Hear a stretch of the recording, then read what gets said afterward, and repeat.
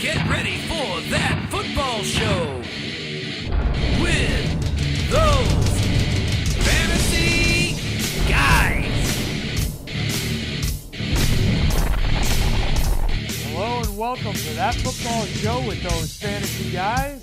And we are still those fantasy guys. It is season number 9 on TFS. This is week number 1, and we're ready to get it going. So without further ado, Jay, key injuries for week number 1 of NFL.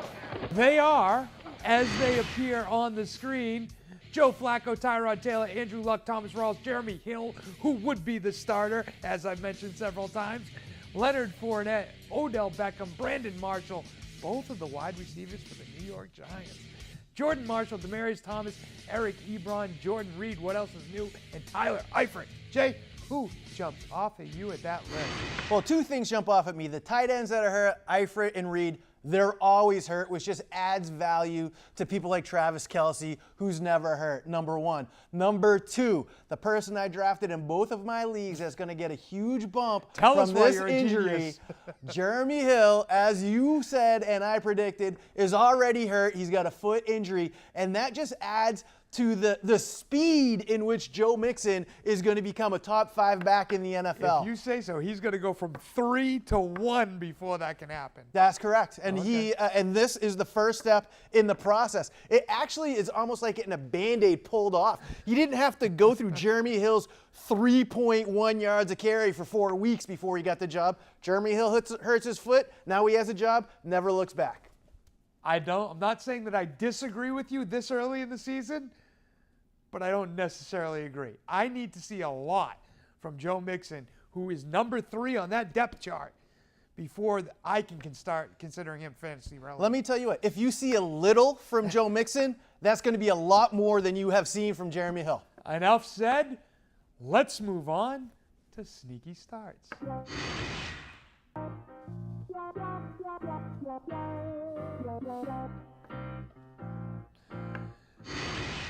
Please get us going, Jay, with your sneaky start. Well, my sneaky start almost started off on a bad note. I originally had put Devontae Parker in as my sneaky start. Good sneaky As start. you know, there has been a hurricane that is hitting Florida. They've pushed the game back to kind of, screw with my Bucks, so to speak. They're going to have to play 16 straight weeks. They're bye weeks before the season even starts. Obviously, the concern for the people in Florida is the number one priority. So I came back off that. I'm coming back with another wide receiver. I'm going with Ted Ginn Jr. I like it. The other thing that has been lost is wide receivers in New Orleans. They've lost Brandon Cooks. They've lost Willie Snead. There are a ton of targets to be made up. And Willie Snead's out for 3 weeks. So with Michael Thomas being the clear cut, we've already talked about number 1 wide receiver in New Orleans. You don't know that the Minnesota Vikings are going to be all over him. They are going to have 4 people on him coming out of the gate. So that, with all that attention being drawn to him and the speed of Ted Ginn Jr. to get over the top. Early in his career, he had a case of the drops, let me tell you what. But he has kind of seemed to clear that up. He hasn't lost all that much speed, and he's going to be seeing single coverage with no safety help over the top, and he is going to rip the roof off the brand new stadium in Minnesota. Let me tell you what, if you drafted Mike Evans in the first round, this week could have been disastrous, if not for the fact that nobody is drafting Ted Ginn. Go out there and grab Ted Ginn. I am not saying he's Mike Evans, but for 1 week, you can slot him in and get decent return. I love the pick. I've loved Ted Ginn for several years because of his speed and his big playability. He showed it off really well in Carolina and now has an opportunity in an even better offense to really show you what he's got. I think that's a great pick for week 1. The only pause for concern that I have is the top-rated defense that he's playing. Yes, Minnesota's defense is nasty, and it is going to be all over Michael Thomas. Understood. This week, I couldn't just give you one because I figured there's lots of people out there, maybe, who drafted Jameis Winston as their number 1 and then said, I don't know, maybe I'll get Jay Cutler? Jay Cutler is my backup. I was getting there. I was giving it a dramatic pause. You didn't give me enough time. I'm sorry. That was a very dramatic No, pause. I didn't forget. I just was dramatic pausing. Anyways, so if you're in that scenario and they move the game, you say, oh no, what am I going to do? Here's what you're going to do. You're going to watch TFS, and this is why. Here they come in rapid succession. I'm going to give you 3 quarterbacks that you can start if you are in that exact scenario. Number 1, in this order, I would recommend them. Sam Bradford, owned in only 40% of fantasy football leagues. The guy is playing the New Orleans Saints and their 25th ranked pass defense, a team that you just mentioned. As good as they are on offense is as bad as they are on defense. Bradford's got an arm. He's a real, live, actual fantasy football starter most weeks, and definitely this week. I'm surprised he's only owned in 40% of leagues. Number 2, Mike Glennon, formerly of the Tampa Bay Buccaneers. Has been fantasy relevant in the past for that team, and now is the starter on a Bears team who is playing the Atlanta Falcons. Maybe you've heard once or twice before that the Atlanta Falcons score a few points. They do score in bunches. If the Bears want to be in this game, they're going to need to pass the ball, and Mike Glennon is going to be the guy throwing the ball to a bunch of wide receivers who haven't really established themselves yet, but we'll get to that. Number 3, Tyrod Taylor. I like it. Owned amazingly in more leagues than the other 2, but still at 60%, is taking on the Jets and their 22 ranked pass defense. Now, Tyrod Taylor has tons of talent himself, not around him, and has shown flashes of greatness while battling injury. He says he's healthy. The coaches say he's healthy. If he is, he can take this ragtag team of wide receivers and make them good enough to win football games. That makes him a good enough option in week number 1 for your football team. If you find yourself in need of a quarterback, those are the guys I'm suggesting you get. Anything? No, I like it. Let's move on to tough sits. Sit down, Waldo. Well, I'm going to come right out of the gate at one of the hottest commodities in fantasy football I love it. this Let's hear it. offseason. People have been talking about Leonard Fournette since he was a freshman in LSU. The kid was supposed to win the Heisman Trophy in his sophomore year. His junior year was a little bit of a letdown. But all I'm going to say is Leonard Fournette is going to be a beast in the NFL. Jacksonville is going to be better than people think. They have to eventually become a pretty decent team with all the talent on that team. But going into Houston week 1 with a healthy J.J. Watt and Jadeveon Clowney, that's a tall task.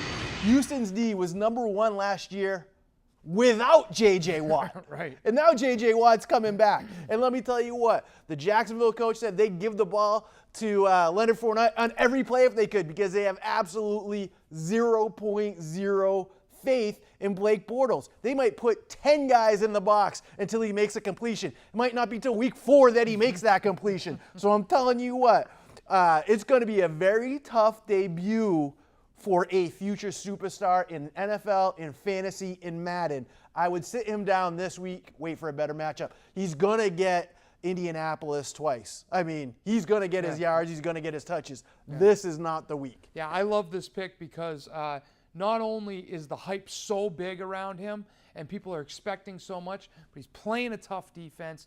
And there's, you've heard it before on every football talk show, there's a next speed in the NFL. And rookies haven't seen that yet because it's preseason. Guess what? It's about to go full speed. And I think there's going to be an adjustment period even for a great player like Fournette. And I agree. It's funny that you say that because in the preseason, he did say that the game was slower than he thought. In the preseason. Right. It's about to get a lot faster, Yeah, just like absolutely. you said. I agree. The guy that I'm going with this week is a perennial 4,000-yard passer at this point in his career and was probably drafted in your league as a starter. Is he a future Hall of Famer? I believe Okay. that Phillip Rivers will be a future Hall of Famer. But like I said, he's a perennial 4,000-yard passer. I know it's not a huge accomplishment in today's NFL, but it's still an accomplishment. This year, That was a great highlight of an interception. this year, Phillip Rivers takes on the Denver Broncos in Week 1 in Denver. That is a difficult matchup, to say the least. Now, I'm not saying that Phillip Rivers can't have a good game, because he's surrounded by probably the best weapons of his career. And he's had good games against Denver in the past. What I'm saying is there are so many better options at quarterback than Phillip Rivers. You should be able to easily sit this guy down, even though the segment's called Tough Sits. You should be sitting down Phillip Rivers. I know the urge to start him. I own him, and I'm sitting him for Carson Palmer in my league. But the point is that with the difficulty of the matchup, I mean, we're talking about a defense here that allowed a league-low 13 passing touchdowns last season, all year, less than 1 a game.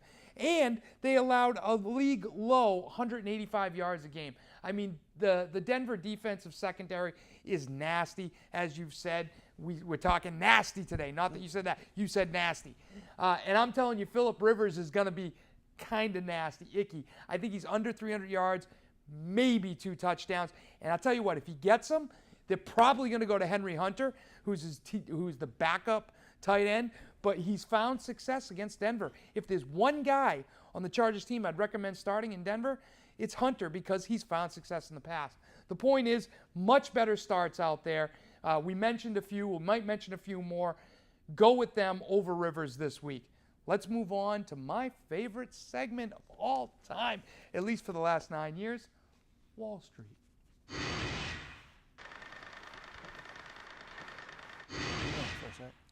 You are going first, sir, and that is why it's my favorite segment, because we talk about players like... Well, I'm going on a buy low. This is buy low, sell high. I'm going to go buy low now. We're going to get our lottery ticket early in the season. Love it. Kevin White, Chicago Bears, Madden All-Star. He was the number 7 overall pick 2 years ago out of West Virginia. Combine measurables were off the chart, but he's been hurt for 2 straight years. Now with the injury to Meredith, it's the perfect storm. And look at this catch. With the rise of Mitch it's nasty. It's nasty. He's great. Nasty. It's a nasty episode. The eventual rise of Mitchell Trubisky, this is a perfect storm for Kevin White. The Bears are going to be trailing all year long. There'll be plenty of passing going on. Oh, absolutely. And let me get this straight. Mike Glennon is not the quarterback for very long. He's the quarterback for right now, but not the quarterback for very long. And this is buy low, sell high. This is a lottery ticket that you're going to be able to cash in later on down the season, whether you're cashing it in for points, cashing it in for trading materials, whatever the case may be. He's by far the most talented wide receiver left on the team. They're going to have a young stud quarterback that's going to be looking for somebody that can make catches like this in times of trouble. White is your early season lottery ticket. Get it now while the getting's good, because as soon as Mitchell Trubisky becomes a starting quarterback, Kevin White's stock is going to go through the roof. And I am already on that Kevin White train because I've got him on my team. So I'm going to give you another wide receiver in case you already have Kevin White and you need somebody else. John Brown of the Arizona Cardinals. John Brown had back problems in 2016 and only scored 2 touchdowns. But this is 2017, and John Brown had 2 touchdowns in the 4th quarter of a preseason game. He's coming out on fire. He's owned in only 68% of leagues, which qualifies him for this segment. John Brown is young, fast, and is 1 season removed from 1,000 yards. And, oh, by the way, he plays on one of the best offenses in the NFL with one of the best running backs in the NFL, who is going to draw a lot of attention at the line of scrimmage. This guy should be running wide open all day long because he's not even the number 2 wide receiver for the Arizona Cardinals. He's the speed over-the-top guy, big play, great guy to put in your flex. Pick him up, start him with confidence. I think he gets double digits this week. Oh, and I love the pick. This is somebody that if you've been watching TFS for the past 9 years, absolutely, we've been talking about this guy for the past couple of years on different segments at different times, so I love the pick. I want to mention one more thing. He's going up against the Detroit Lions in their 25th ranked pass defense. Oh, and their track is really fast. Kind of fast. Let's move on to weekly leagues, rounding up this episode of TFS. Jay, I'm going to take a stab at weekly leagues this week. We didn't talk about it. You want me to go first or second? You go first. I'm going first. Welcome to the Here weekly we go. leagues. I have finally given in to the fact that this deluge on fantasy football is not going away and that people really do love it. So here we go. I'm going to take a crack at it. With OBJ questionable and Brandon Marshall playing, but on the mend, Sterling Shepard becomes a sneaky play in weekly leagues. All he did in 2016, 65 catches, 683 yards, and 8 of those touchdowns right there. Fantasy players can pick him up and start him with confidence in the flex this week, but daily leaguers should love his price tag at $4,100, well below the elite wide receivers of this of the league this week, and he's going to see lots of targets and lots of production because the one team that Eli Manning plays well against, the Dallas Cowboys. Yes, I was actually going to talk about what a great pick this you. is because he does tear up the Dallas Cowboys. And where does he do it? In Dallas. And that's figure. where they're playing. He owns Cowboys Stadium. So I think this is a great pick. My pick this year, it's a guy that I turned you on to a couple of years ago, and now you've cursed me for him last year. But I am telling you, another perfect storm has arrived. Get in while you can. Todd Gurley is an elite, top-of-the-line NFL running back that has been misused, but the difference is, doesn't matter if they misuse him this week. They're going up against the Indianapolis Colts without Andrew Luck. The Colts offense without Andrew Luck is god-awful. And the only thing worse than the Colts offense without Andrew Luck, giving the ball over to the other team on short fields, is the Colts defense. Todd Gurley is going to have every opportunity to have over 100 yards, 120 yards, and I'm saying a minimum of 2 touchdowns, maybe 3 touchdowns. If Todd Gurley is worth any price you can pay this week because you are guaranteed yards, reception yards, and touchdowns this week out of Todd Gurley. So, and then the other thing I like about getting Todd Gurley this week and getting him on a positive vibe is if you have Todd Gurley on your team, you know, maybe you had him last year, maybe you didn't have him, maybe you got him in a spot where you hesitated to draft him, but you didn't have any other options. Getting off week 1 can really alleviate that. So it's kind of a 2-for. You're going to get good points in your weekly league, and you're also going to gain confidence in your yearly league with Todd Gurley. Yeah, it's a great pick, and it's a good spot, and it's a good feel-good matchup for Todd Gurley. I think he's going to rebound in this game. He might get 25 touches in this game because they don't even need to pass the ball to beat Indy. No. So there you go. That's Weekly Leagues. We have one more segment for you before we wrap up week 1 in season number 9, and that is the Facebook question where we help you out. If you have a question, like us on Facebook, send us an email, and we will get your question on the air. Right now, Amy Adams asks, I have Andrew Luck, who is not on the PUP list, so who can I start until Luck returns?